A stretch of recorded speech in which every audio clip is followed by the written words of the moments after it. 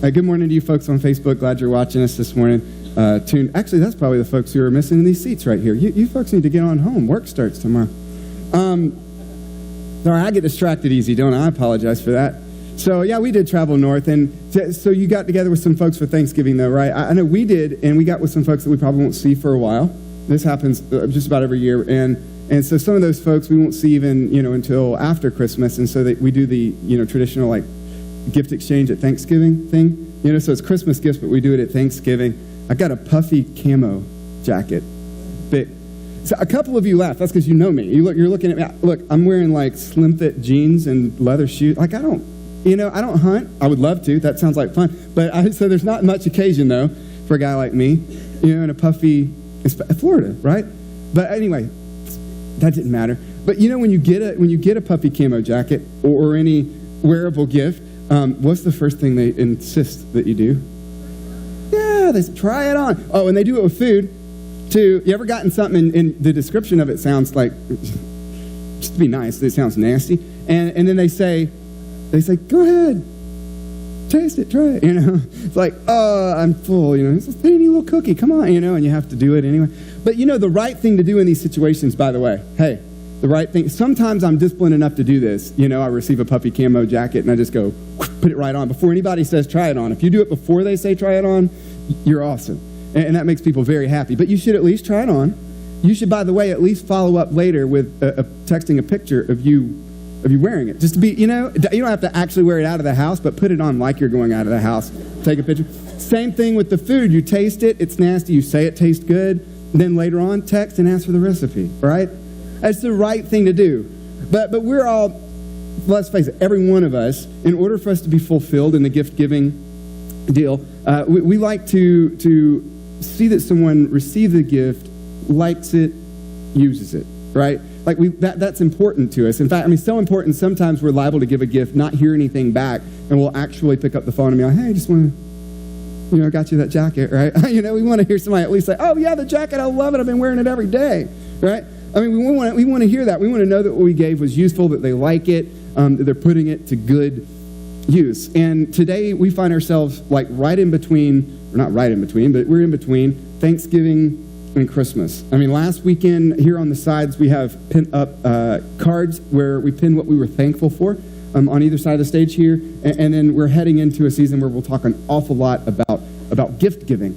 And where I'm at today is I'm going to talk about gift giving as it pertains to God giving us gifts, which, by the way, we're thankful for.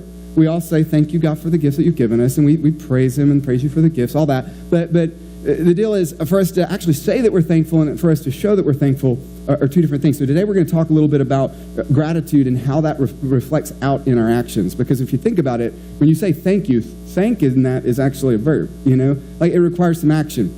We're going to talk about what is the action. When God gives us a gift, he's just like we are. He says, well, try it on, right? He wants you, when he gives you a gift, he wants you to put it on. He wants to see that it goes to good use, that it just hits your taste buds just right, and that you love it. He wants to know that you make good use of it. And so we're going to talk a little bit about that today. Today we are picking up in our 3 miles per hour series. This series is simple. The average speed of a walking human being is 3 miles per hour. If we all were to get up and go walk right now, probably we'd average out to about 3 miles per hour. Now, we oftentimes will take a look at Jesus and the things that he taught from a way up 30,000-foot view in the Bible. And so I could, for 15 minutes, read like the entire life of Christ to you, right? But instead, in this series, we're slowing down to the folks that walked with Christ, the folks that looked him eye to eye and saw his mannerisms and his gestures and really got what he was teaching. We're slowing down to a walking speed, to walk with them and to see what he was teaching and how it impacts our lives. And so we're going to do that today. Now, 3 miles per hour, by the way, just 3 miles per hour is the series. I can't go 3 miles per hour, right, folks? It's going to go fast, and I require you to listen fast, okay? Or we'll still be here when folks come back for next weekend, all right? So please, you're going to have to listen fast, all right? We're going to rip into Matthew chapter 25. If you have your Bible with you, go ahead and turn there. We're going to start in verse 14. And we won't have it on the screen. Just going to read it real fast and jump around a little bit. If you haven't noticed, I have ADD, and I love it. I just embrace it. And so hopefully you have it or appreciate it, and we'll be good, all right? But it goes like this. Jesus has hit the scene. He's born, he's been raised, and now he's in his ministry. He's actually at the end of his ministry here on earth. 3 years. He's been walking around the Galilean countryside. He's been teaching, he's been healing, he's been breaking bread and multiplying fish and feeding thousands of people. He's called 12 guys who have followed him and watched him do this incredible thing and listened to his amazing words. And they've seen the love that he gives people, and the freedom and the hope and the forgiveness. And so these guys have been walking with him for a while. Now he is at this point that we call the triumphal entry. It's where he comes riding into town on a donkey. See how the way I set that up made it big, and then it just went, wah, wah. That's kind of what it did there. All right, he comes riding into town, and it's going to be amazing. Folks, Jesus is coming. He's got a huge following of people, and people on this end are like, he's coming. This is fantastic. Let's make ready for him. And then he comes not galloping. I'm sorry, he's just real slow into town on a donkey. And people are looking like, really? But it's exciting nonetheless. They throw down palm branches and say, behold, this guy comes in to bring peace, to restore peace to Jerusalem. This is going to be fantastic. So they throw down palm branches and everything. But instead, he gets off of his donkey and he walks up to the temple, and he finds people doing terrible things in the temple. They're profiteering. They're making money off of sacrifices and such inside the temple of God. And Jesus, being God, is upset about that. So he goes in, he starts making it right. He starts turning all these tables over and just giving them what for, and saying, this is not right. You do not do this in the temple of God. And he's talking to religious leaders and such. I mean, these people have been charged with leading the people. They supposedly are more righteous than the people and know God more than the people. And so he's just ripping into them, saying, you don't do this in the house of the Lord. And he flips over all the tables and stuff, and then he leaves.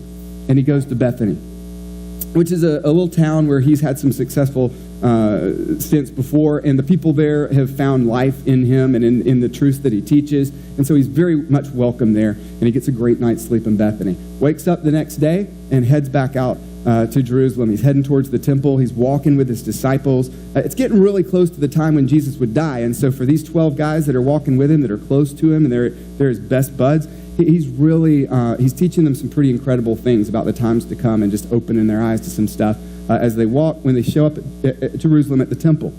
Now, Jesus walks right on in. The disciples might have been like, hey, you remember what happened here yesterday? They're probably upset, right? Because if somebody came in here this morning and started flipping over chairs and just, I would say, Mr. Dennis, can you please get up and take care of this? And that's going him out, and the rest of us would be standing here and go, what in the world? That guy's terrible. And we wouldn't want him to come right back in either, right? But here Jesus comes right on back in. The religious leaders upset because he's mustered such a following. I mean, they want the people to follow them. The religious leaders do, but no, they're following Jesus now. And now, not only that, but he's come and he's turned over all the tables and stuff. And for goodness sakes, they're not making a profit anymore. And then he's just going to come walking right back in the very next day. And he doesn't waste any time. He just rips right into some teachings. And you can look in your Bible, starting, Matthew chapter 18 or so, and track forward. You'll see a bunch of incredible teachings where Jesus is teaching right there in the temple the day after he turned over all the tables. And he's teaching very poignantly to the religious leaders. Now, what he's teaching is really applicable to everyone that's standing around, all the people who are following and wanting to hear what he has to say, but it's very poignant to these corrupt religious leaders. And you'll see how that plays out in a little bit. Now, we're going to pick up like a couple teachings in. Jesus is giving us this parable, which is just a story to help us understand God better. It's not a true story, but it's a story that Jesus makes up to say, hey, what if, like this? Think about it like this. And then by reading this story and understanding it, we get we get to wrap our minds around who God is just a little bit better, right? And so we're going to start up in Matthew chapter 25, verses 14 to 29 is where we're going to be reading, and then we'll take a couple of those passages, a couple of those verses, and just unpack them a little bit. So starting in verse 14, it says, "For it will be like a man going on a journey, who called his servants and entrusted to them his property. To one he gave 5 talents, to another 2, and to another 1, to each according to his ability. Then he went away. He who had received the 5 talents went at once, traded with them, and had made 5 talents more. So also had the one with the 2 talents made 2 talents more. But he who had received the 1 talent went and dug a hole in the ground, and he hid his master's money. Now after a long time the master of those servants came and settled accounts with them. And he who had received the 5 talents came forward, bringing 5 talents more, saying, Master, you delivered to me 5 talents. But here, I have made 5 talents more. And his master said to him, well done, good and faithful servant. You have been faithful over a little, and I will set you over much. Enter into the joy of your master. And he also, who had had the 2 talents, came forward saying, Master, you delivered to me 2 talents, but here I have made 2 talents more. And his master said to him, well done, good and faithful servant. You've been faithful over a little, and I will set you over much. So enter into the joy of your master. He also, who had received the 1 talent, came forward saying, Master, I knew you to be a hard man, reaping where you did not sow, and gathering where you scattered no seed. So I was afraid. And I went and I hid your talent in the ground. So here, you have what is yours. But his master answered him, you wicked and slothful servant. You knew that I reap where I have not sown and gather where I scattered no seed? Then you ought to have invested my money with bankers, and at my coming I should have received what was mine with interest. So take that talent from him and give it to him who has the 10 talents. For to everyone who has will more be given, and he will have an abundance. But from the one who has not, even what he has will be taken away. This feels like a harsh story when I read it. Just at the surface level here, it feels pretty harsh, even scary. This guy was given property to take care of and invest, and he got a little worried that he might lose some of it, so he just held on to it, made it safe, and gave it back to his master. He didn't squander it. He didn't lose any of it. He gave the master back what the master had given to him. And yet he was rebuked, reprimanded, if you will. You wicked and slothful servant. Like you should have given me back what I gave to you in interest. Like it sounds pretty harsh at the surface level, and I get why. We've got to look at this ourselves and say, man, what do we do with what God gives us, right? And when you think about it in this context, it starts to get a little scary. Like, well, what if God's going to treat me like that? Like, what if what I do for him isn't enough? And what if he's mad at me? What if he calls me wicked? I want to hear, well done, good and faithful servant. But what if I don't measure up in the end? And I'm going to tell it to you like this. You know, every gift that we're given, every single gift that we're given, it comes down from the Father above. It's what James 1:17 says. It says that he gives us everything that's good, that the Father of lights gives it, and he whom in there is no variation of shadow due to change. We're given these gifts from God. And then we have a responsibility to do something with it. Like when somebody says, hey, try it on. God says, hey, try it on. What I've given you, the gift that I've given you, it's a skill. Try it on. Use it. Do something with it. The money that I've given you, the monetary wealth that I've given you, go ahead and try it on. Use it. Do something good with it. Right? The time that I've given you, use it and do something good with it. The relationships that I've given you, make use of those relationships and do something good with it. And we could kind of live in fear and say, well, what if I don't do well enough? I'll tell you what grips us most of the time is when we look around at other people and we compare our gifts. I've been there. You ever done one of those gift exchanges where you don't know what the gift is and then everybody opens them and like you think you got something good, you know, because it's like chocolate, but somebody else got something good and it's like a straight up gift card and you're like, oh, Visa gift card. That's what, like, chocolate doesn't sound as good anymore, right? But it's all interesting comparison though. But you got some stinking Godiva here. That's awesome, right? And we compare. I'll tell you what it's called. It's called a zero-sum value. It's like this. There are these games. I'll give you for instance. Let's say we had a game here where we have 10 pennies, okay? And me and you are going to play against each other. We're going to flip for each penny. That is, your heads, I'm tails. If we flip a penny and it lands on heads, you get it. If we flip the penny and it lands on tails, I get it, okay? And we're going to flip all 10 pennies and see who gets what, right? But what this means is that if you get 9 pennies, then I could only get 1. Or if I get 9 pennies, you could only get 1. Now, if you get all the pennies, that means I get none. Or if I get all the pennies, that means you get none, right? But at the bottom line is there's only 10 pennies. At the end of the game, there's no more, no less. There's 10 pennies. And so in order for me to win, you have to lose. In order for you to win, I have to lose, right? And there's a tendency that we have to kind of look at life in a zero-sum value mentality to say, you know, in order for me to win, somebody else has to lose. In order for me to get a promotion, somebody else has got to stay put, right? In order for me to have the best gift at the party, somebody else has to have the worst gift at the party. And it's the way that we look at it, and it can cause us to kind of stay stagnant where we're at and not even use what we get, especially if you've got a gift. Like, let's say the gift of music, and you picked up a guitar one day and you strummed it and you found that the chords were not that hard to play for you, and so you decided, I'm going to teach myself to play guitar. But problem is, when you look around and you see other guys playing guitars, then you go, well, I'm not very good. By yourself, you're like, dang, I'm getting pretty good. But then you hear other guys and you're like, not so much. They're really good, and I'm not. Right? There's a zero-sum value here that if they're good, then I must be bad. It can't be that they're very good and I'm pretty good, or that they're like amazing and I'm like awesome.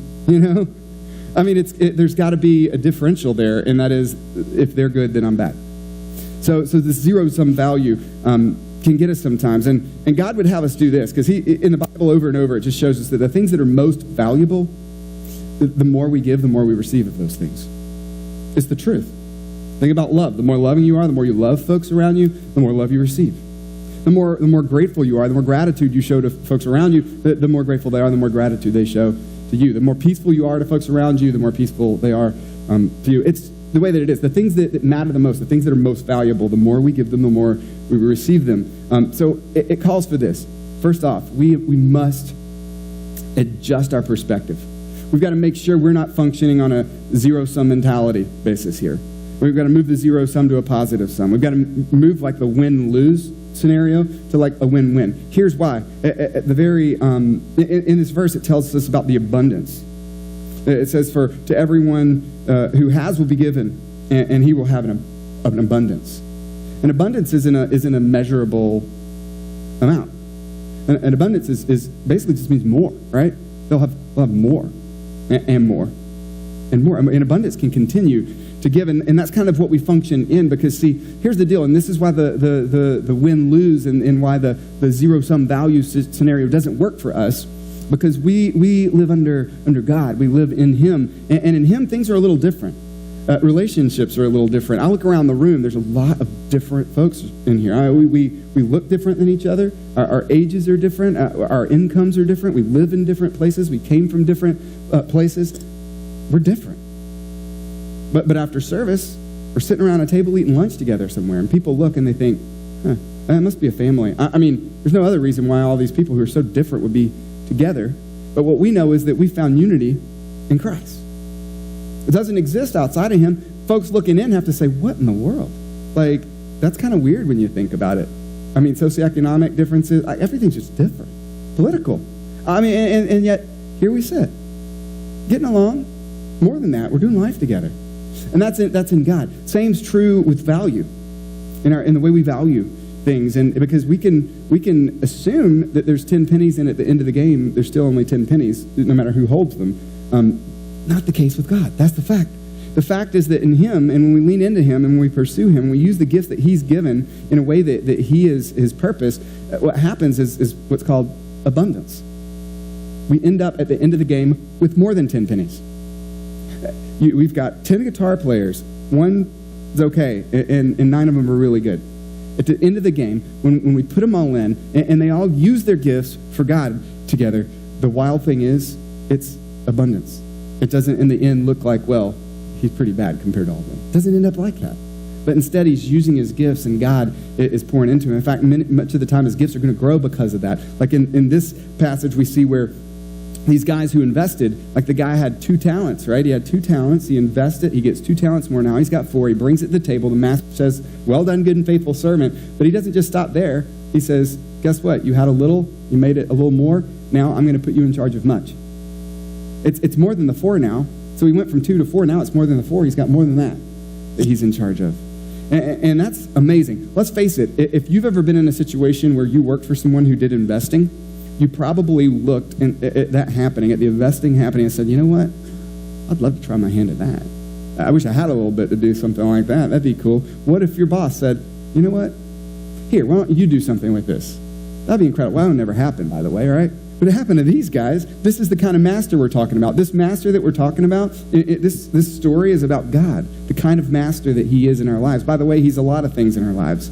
The Bible describes him as our master, as our father, as our husband, as our good shepherd, as our priest, our pure, spotless lamb. There's these roles are in the Bible to show us a lot of different aspects of who God is to us. And they're all very important. But this one is, hey, this is the kind of master we're talking about. He's a master who would actually give you resource. In fact, he'd make you the resource. And say, you know what, invest your life in others. And so the bottom line is, to start out, number one, we've got to adjust our perspective. We mustn't settle for a zero-sum value perspective. And realizing that in him, there is abundance. All right? Now, we're going to take this apart just a little bit. We're going to start by looking at Matthew 25, verse 24. This is the part where that one servant, the two that made a profit, we can skip those for now. Let's take a look at the guy that only had the one talent, the one that gets reprimanded, okay? And we're going to start by looking at his response when he's called to the table and how he tells his side of the story. Like, here's what happened, right? So we're going to look at verse 24. It says, he also who had received the one talent came forward saying, Master, I knew you to be a hard man, reaping where you did not sow and gathering where you scattered no seed. I want you to hear this. He says, Master, it's because of who you are that I did what I'm about to tell you I did. Just hold on. Before you start blaming me, I want real quick for you to know where the blame lies. Master, this is kind of sort of your fault. Before you hear me out, this is kind of your fault, okay? That's kind of what he's saying. He's saying, because I knew you were a hard man. I knew that you reap where you didn't sow and you gather where you haven't scattered seed. And so, hear me out here. Blaming God. And here's the deal. Let me just real quick say, there's a lot of times that things aren't our fault. You know, there's sometimes, and some of us and many of us we've been dealt a certain hand in life. There's some circumstances we found ourselves in that we did not choose and would never have chosen for anything. Somebody else put us in that situation. It was their fault, literally. And so if you want to start out your explanation here and say, listen, before you get into this, let me just tell you what they did to me and where I'm at because of it, right? Here's the deal. This is a hard subject to approach because the reality is that's true. It's not a lie. It's not a stretch. What you're saying is true. It wasn't your fault. You didn't choose it. You wouldn't have chose it for anything. It's their fault. They put you in the situation, right? And they don't have to live with it. You do. Problem is, it's their fault, no doubt, but it's your responsibility. That is, I understand that they did it to you. It's their fault, but it's your responsibility. At the end of the day, they're not going to come and say, you know what? Yeah, that was me. Let me fix all of that for you and make it like it never happened. Most of the time, if you're thinking about a scenario in your mind, something somebody did to you in a place that they put you because of that, it's not anything they could fix by this point. I mean, a nice I'm sorry or a heartfelt letter of apology, something might help you feel better, but it's not going to fix it, right? In fact, what happens is if you don't take responsibility, nobody's going to take responsibility, and it's your life that's wrecked because of it. And so it's their fault and your responsibility. Now this guy's looking at it and he's saying, Master, I know I didn't do what you wanted me to do. Real quick, hear me out. This is mostly your fault. To which I'm sure the master has to look back and say, dude, you can say it's my fault if you want. Maybe it is. Your responsibility. I put it in your hands. It was your money at that point, not mine. All right, you needed to do something with it. So I'm going to challenge us, man. We got to stop blaming, particularly stop blaming God. When it comes to the gifts that He's given, it's real easy for us to look around and say, well, listen, I mean, yeah, there's things I would love to do in this world, and I wish I had the money to do it. But those folks, they have the money to do it, and they're not doing anything.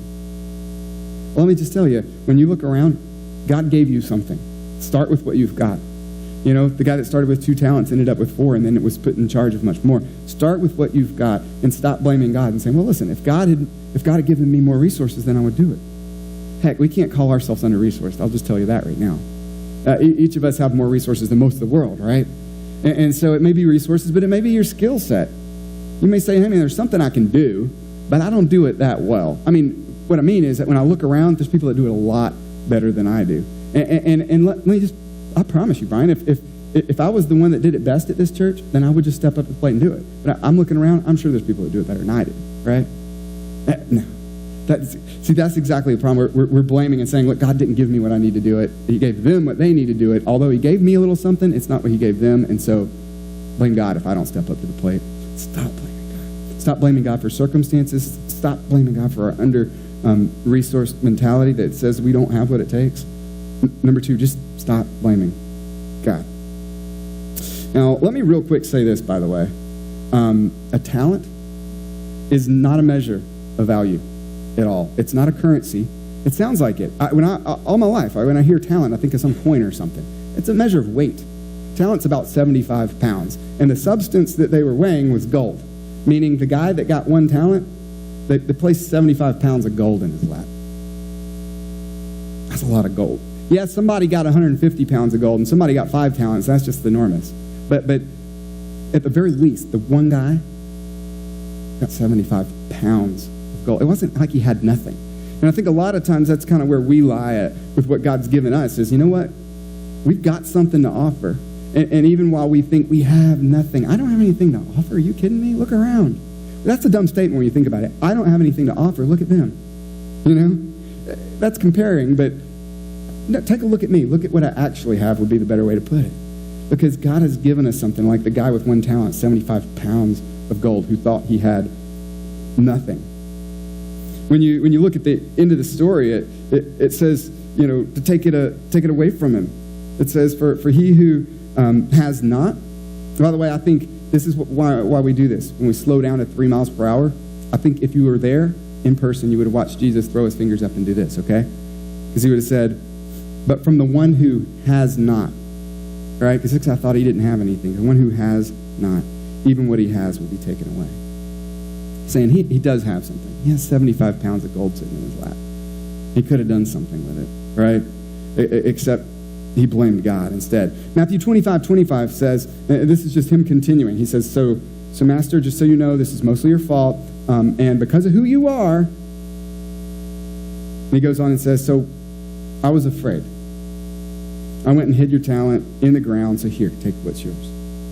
He admits, I was afraid. And he says, mostly because of who you are, I was afraid. I was scared because I know what kind of master you are. And let me just say, fear doesn't usually lie in the circumstances or in the thing we're afraid of. Fear is just already residing there, and then we reference it to inform us in our decision making. And I'll just tell you, most of the time, fear says the best thing to do is absolutely nothing. If you're sitting in a job situation right now where you feel like, man, I need to step up and say something, I need to step up and do something, or if you're sitting in any situation in life right now where you just say, man, I need to be the one to do something, but then you convince yourself, no, maybe I'm not the one. Maybe I shouldn't be the one to say that. Maybe I shouldn't be the one to step up. Maybe the time's not right. Yeah, the time's definitely not right, all right? And you decide, the best thing to do would probably be to do nothing. Let me just tell you, just about any time that we decide that the best thing to do is nothing, it's because of this factor right here. We're acting on fear. At the end of the day, when we accomplish nothing, our excuse will be his excuse. I was afraid. Well, why didn't you say something? I was afraid. Because at the end of the day, it doesn't make sense to say, well, I didn't say something because it seemed like the best thing to do is nothing. That doesn't make sense. It's fear. I was afraid. And so we say, I was afraid. And so, number 3, we got to stop acting on fear. It like the abundance that we've talked about, it inside of us, if we act on it, if we allow it to inform our decision-making, it will grow and grow. Just like the good things in life, that the more we give, the more we receive. It's the more we act on fear, the bigger fear gets in our lives. We've got to stop acting on fear, because see, this master wasn't angry at this guy because of what he was unable to do. This guy didn't come and say, here's the thing, you gave me 75 pounds of gold. Fact is, I'm not able to even move 75 pounds of gold, so I simply dug a hole and kicked it over in there so it wouldn't get lost. That's not what he said. He gave all the other excuses. He was completely able. The master wasn't mad at him because of what he was unable to do. He was mad at him because he wasn't willing to do. He's unwilling to get out and take courage and invest what he had been given. All right? Make a difference with it. Make it grow. But listen, in Christ, like I said, we function in abundance. In Christ, Life isn't static. At the end of the day, the 10 pennies that we have, be it only 10 pennies, it's not going to just be 10 pennies. Life is dynamic. That means that we affect change in it. When we can understand fault but take responsibility, when we can stop blaming and when we can stop acting on fear and deciding to do nothing but instead take courage and lean into the power that we have in God, then all of a sudden we aren't saying to the master in this sense, saying, listen, because of who you are, I failed.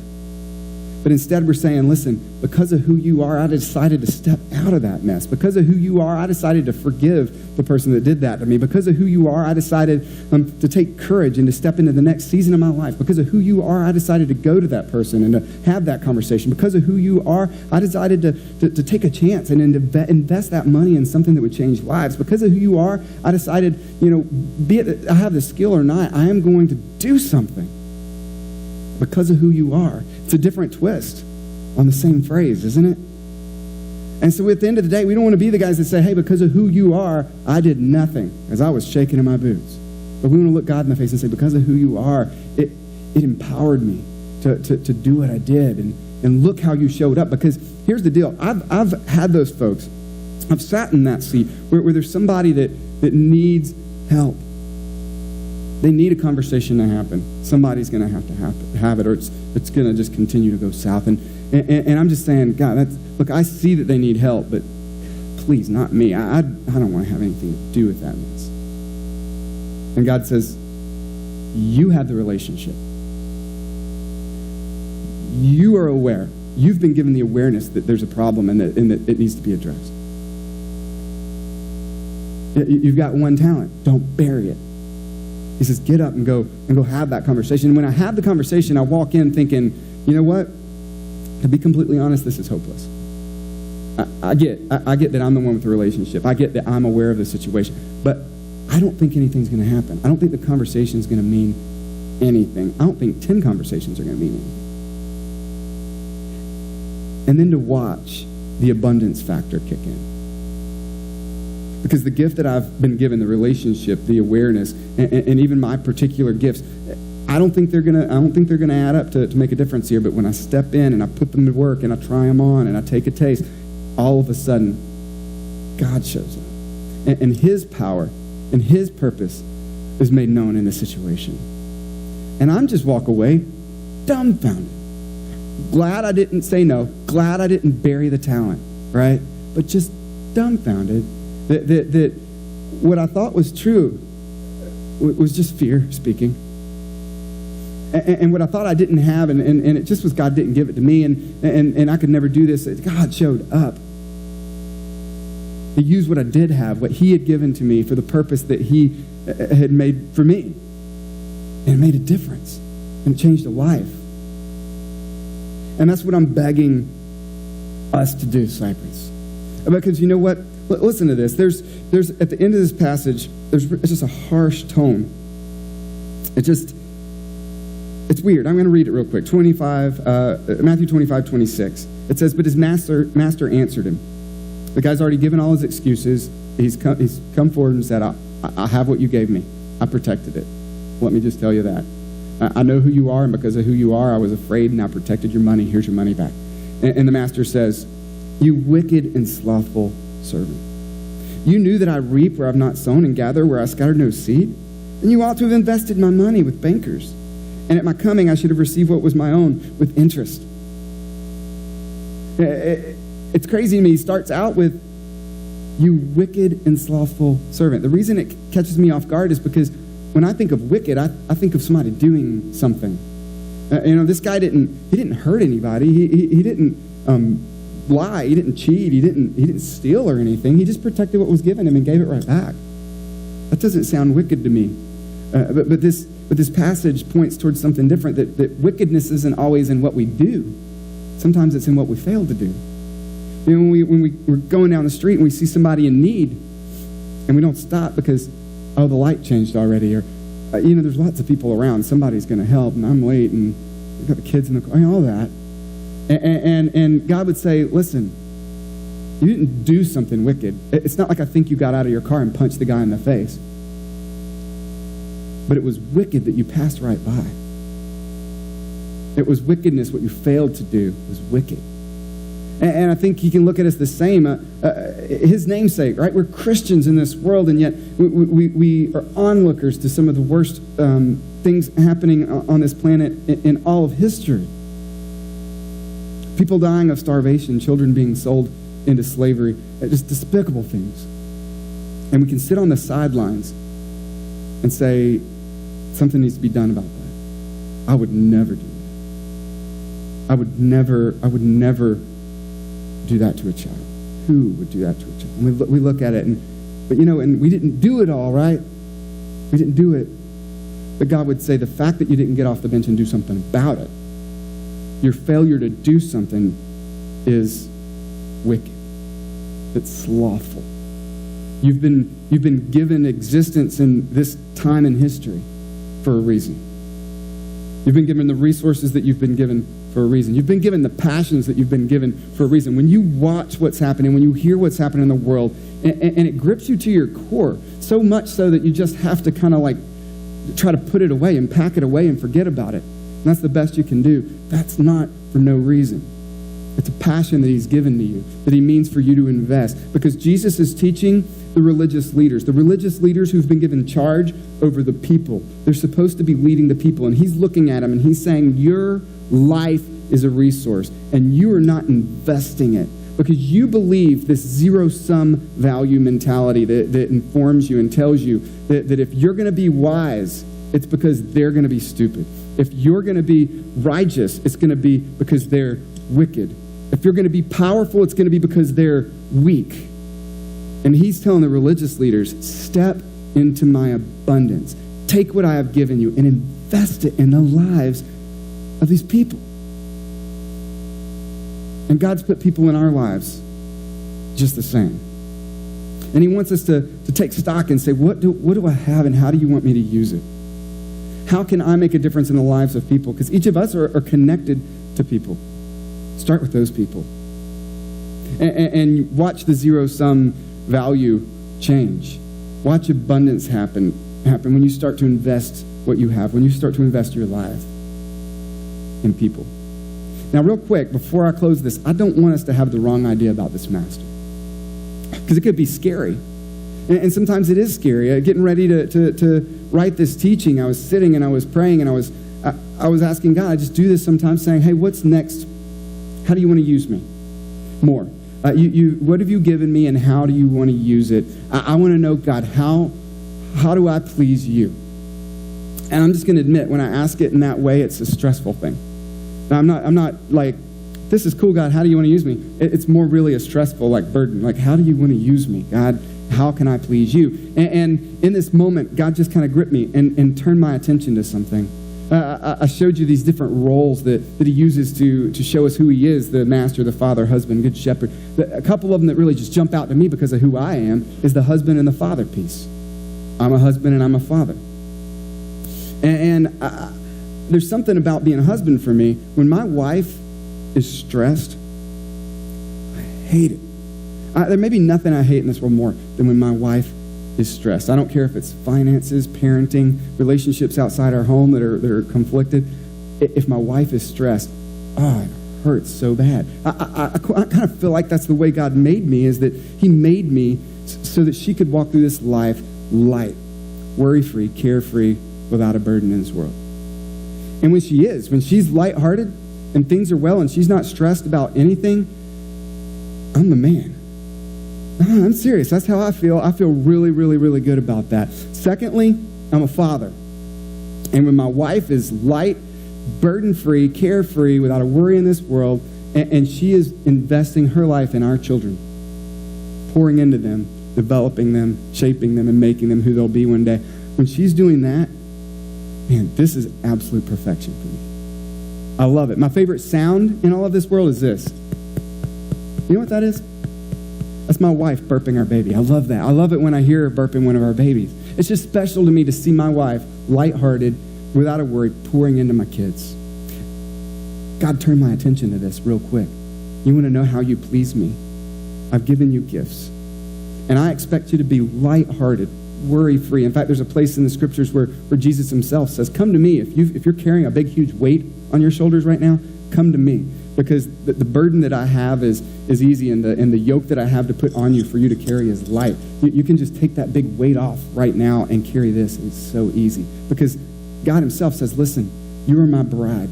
I desire that you walk through this life lighthearted, stress-free, carefree, without a worry in this world.